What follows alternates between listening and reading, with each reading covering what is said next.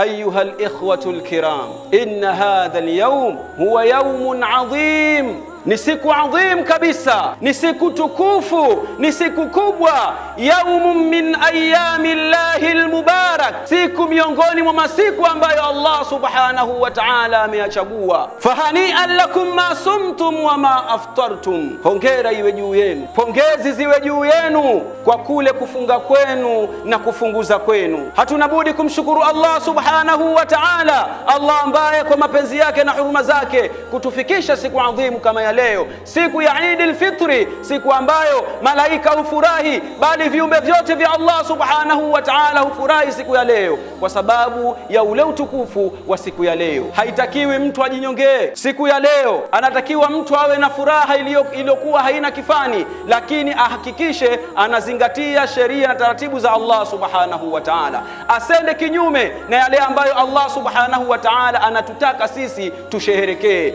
Allah subhanahu wa ta'ala atazungumza na wale ambao wamepoteza muda wao, bali wakaacha zile starehe zao, wakaacha yale ya halali ambayo Allah subhanahu wa ta'ala ameyahalalisha katika miezi mingine, lakini katika mwezi mtukufu wa Ramadhani ameyaharamisha. Waumini hawa wakayaacha, basi Allah anawaambia kulu washrabu, kuleni na kunyweni.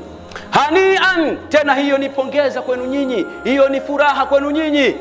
Bima aslaftum fil ayyamil khaliya, kwa yale masiku ambayo nyinyi mmejizuia na kufanya matendo ya jimai yaliyokuwa ya halali mchana wa Ramadhani, mkajizuia kunywa na kula ambavyo ni vitu vya halali, lakini kwa tamko la Allah tukajizuia, basi Allah siku ya kiyama atatuambia kunyweni na kuleni kwa sababu ya yale ambayo mliyofanya katika ulimwengu. Tumwombe Allah subhanahu wa ta'ala aliyetukuka atujalie tuwe miongoni mwa wale walioelezwa katika aya hii ambayo niliyoisoma. Ndugu zangu katika imani, kana Ramadhan madrasatun, ilikuwa Ramadhani ni chuo. Imanun, ni chuo ambacho kimetufunza sisi kuwa na imani.